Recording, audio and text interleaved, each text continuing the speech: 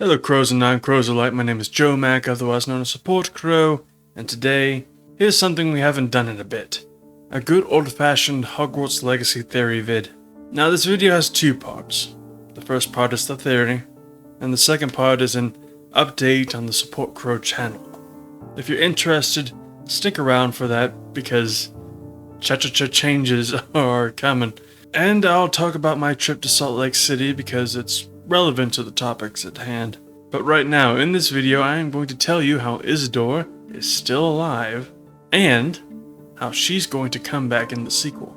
When Isidora Morganach was presumably at the height of her power and launching her master plan to rid the world of pain, she was hit with a killing curse and died. Or did she? You see, Isidora is more complex than what the cutscenes give her credit for. Yes, she was gifted with the ability to see and manipulate ancient magic, but she also traveled beyond Hogwarts, and would later return as the Defense Against the Dark Arts professor. She was also obsessed with her study of ancient magic and its use to extract painful emotions, and ultimately created a spell that could do just that. But what if her studies didn't stop there? Isidora knows how to extract memory, she knows how to extract emotion, so it's possible that in the process of learning how to do this magic, she learned how to extract a soul. In other words, make a Horcrux. I mean, think about it, she's running around, pulling out this strange ancient magic and locking it away in containers. Sounds a little inspired. Now, we do know that Herpo the Foul was originally the creator of the first Horcrux, which was back in ancient Greece. And while we've never heard of another person using the Horcrux other than him and Tom Riddle, there's never been confirmation that there hasn't been either.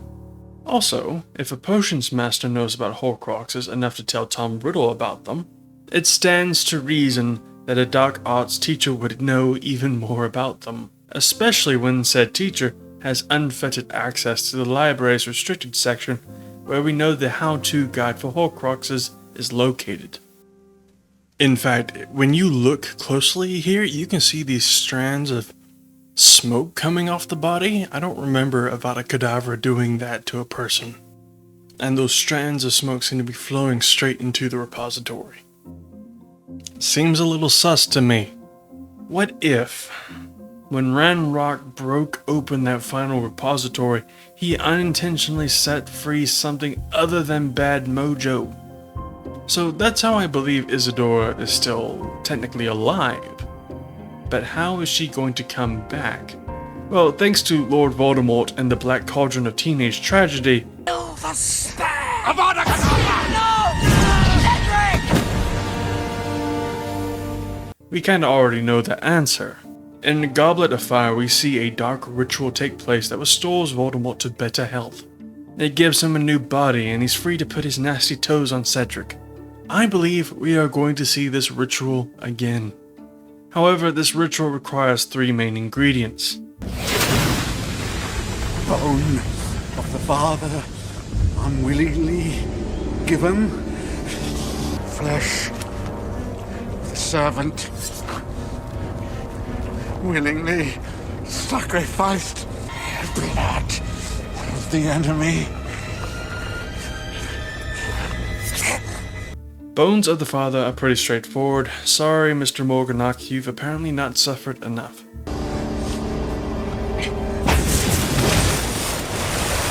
Blood of the enemy is, well, it's us. Regardless as to what you choose at the end of Hogwarts Legacy, you've still gone through the Keeper's trials and gained their trust. By all rights and privileges, you have become a Keeper. And if Isidora has any enemies, it would be the ones who stand against her, aka the Keepers. We became a Keeper, so we're, logically speaking, an enemy.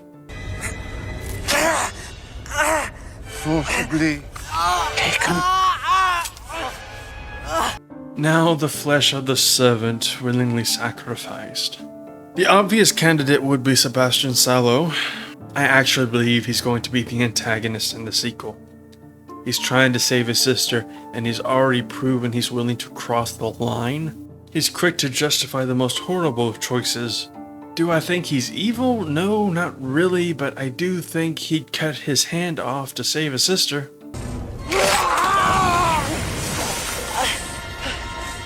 That said, there is another person to consider. Let's talk about our good friend, Ominous. Now, Ominous is a good boy. He's the golden retriever of Slytherin. He knows what's right, what's wrong, and what he's willing to stand against. However, by the end of Hogwarts Legacy, our good boy needs some therapy. Family trauma aside, he lost his favorite aunt, he lost 2 of his favorite friends, probably only friends, and we've sort of kind of been manipulating him to further Sebastian's goals the entire game. I'd argue that Ominous has the most emotional pain out of everyone here, because he lost so much.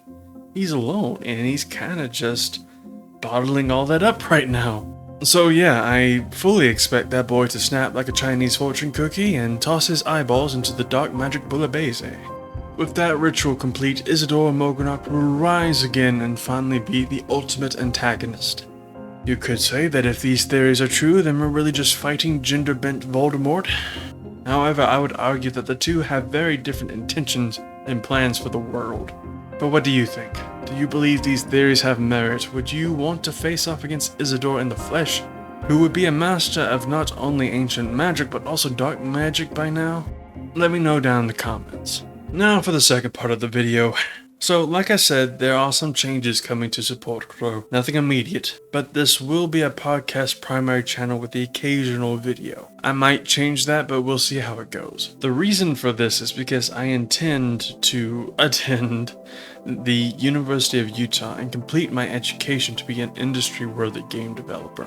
I started college a year after high school, but I didn't have the maturity to really appreciate the opportunity there. Eventually I just sort of ran out of money and I landed in a factory. But now I find myself capable and willing to move forward in this direction, and part of moving in that direction is physically moving from Indiana to Salt Lake City, Utah. After that, it's getting my general ed courses out of the way in community college and then transferring to the university. I'll be applying for an apartment this upcoming April. This has been part of the plan for a while now. I didn't just wake up one day and say, let's stalk Avalanche. No, the university is one of the best schools to go to, and the Entertainment Arts and Engineering program is one of the best for game design. And more importantly, it's one of the best that I can afford, that I can legitimately attend to and complete. They also have a really cool motion capture lab that I hope to see in April, maybe, and we'll see.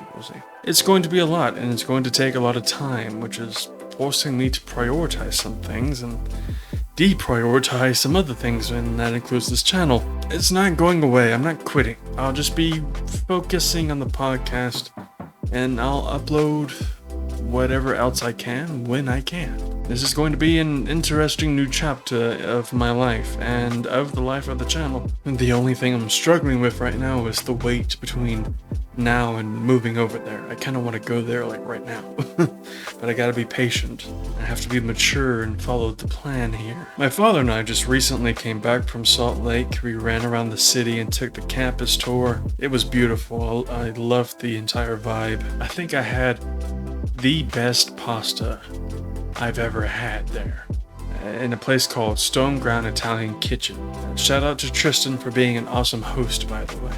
I greatly recommend the black tagliatelle and the bolognese. Those were absolutely phenomenal. It was so good, we went back there the next night. My only regret is that we cannot go back a third time. The whole trip was absolutely enjoyable, and the only part I didn't like was, you might be aware of the whole Microsoft situation.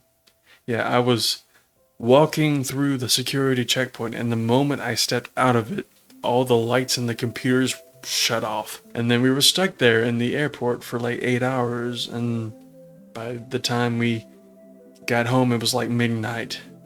But yeah, that's the plan. If you're in Salt Lake City next summer and you see me eating some pasta, be sure to say hello. I'll be thousands of miles away from any friends or family, but that's how it has to be for a little while. Change is always uncomfortable, but comfort never brings change. and I feel the need for some change. Until then, though, be safe, be well, be kind. Bye-bye.